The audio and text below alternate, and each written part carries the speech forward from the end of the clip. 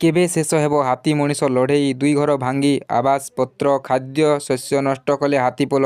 Kalahandi Lanjigarh block ଜଙ୍ଗଲୀ ହାତୀଙ୍କ ଉପଦ୍ରବ ବୃଦ୍ଧି ପାଉଥିବା ବେଳେ ସନ୍ଧ୍ୟା ହେଲେ ଜଙ୍ଗଲୀ ହାତୀ ଭୟଙ୍କର ଲୋକ ତ୍ରାହି ତ୍ରାହି ଡାକୁଛନ୍ତି। ସନ୍ଧ୍ୟା ହେଲେ ହାତୀ ପଲ ଗାଁ ଜଙ୍ଗଲ ନିରୀହ ଗାଁ ମୁହଁ ହୋଇ ଚାଷବାସ ନଷ୍ଟ କରିବା ସହିତ ଗରିବ ନିରୀହ ଲୋକଙ୍କ ଘର ସବୁ ଭାଙ୍ଗି ଦେଉଛନ୍ତି।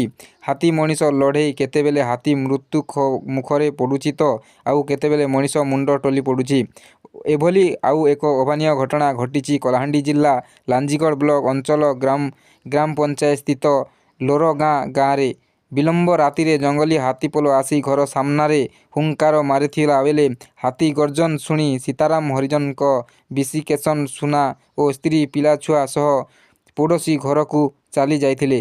ଏପଟେ ହାତୀପଲ ଦୁଇ ଜଣଙ୍କୁ ଘରକୁ ସମ୍ପୂର୍ଣ୍ଣ ଭାଙ୍ଗିଦେବା ସହ ସୀତାରାମ ହରିଜନଙ୍କ ଘରକୁ ଡ୍ରେସିଂ ଟେବୁଲ ପଲଙ୍କ କୁଲର ଟିଭି ଏପରି ଘର ଥିବା ସମସ୍ତ ବାସପତ୍ର ଭାଙ୍ଗି ବାହାର ଫୋପାଡ଼ି ଖାଦ୍ୟ ଶସ୍ୟ ଖାଇଦେଇ ନଷ୍ଟ କରିଛନ୍ତି।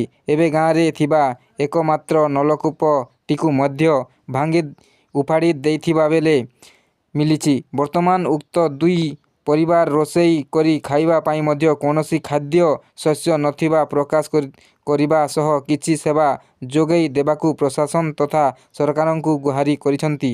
ଏନେଇ ଶନିବାର ସକାଳୁ ବନପାଲ ଚିନ୍ତାମଣି ମାଝୀଙ୍କ ନେତୃତ୍ୱରେ ଟିମ୍ ଆସି ତଦନ୍ତ କରି ତହସିଲଦାରଙ୍କୁ ରିପୋର୍ଟ ପ୍ରଦାନ କରିଥିବା ଜଣାପଡ଼ିଛି। କଳାହାଣ୍ଡିରୁ ସୁଶାନ୍ତ ମାଝୀଙ୍କ ରିପୋର୍ଟ, TV5 ଓଡ଼ିଆ।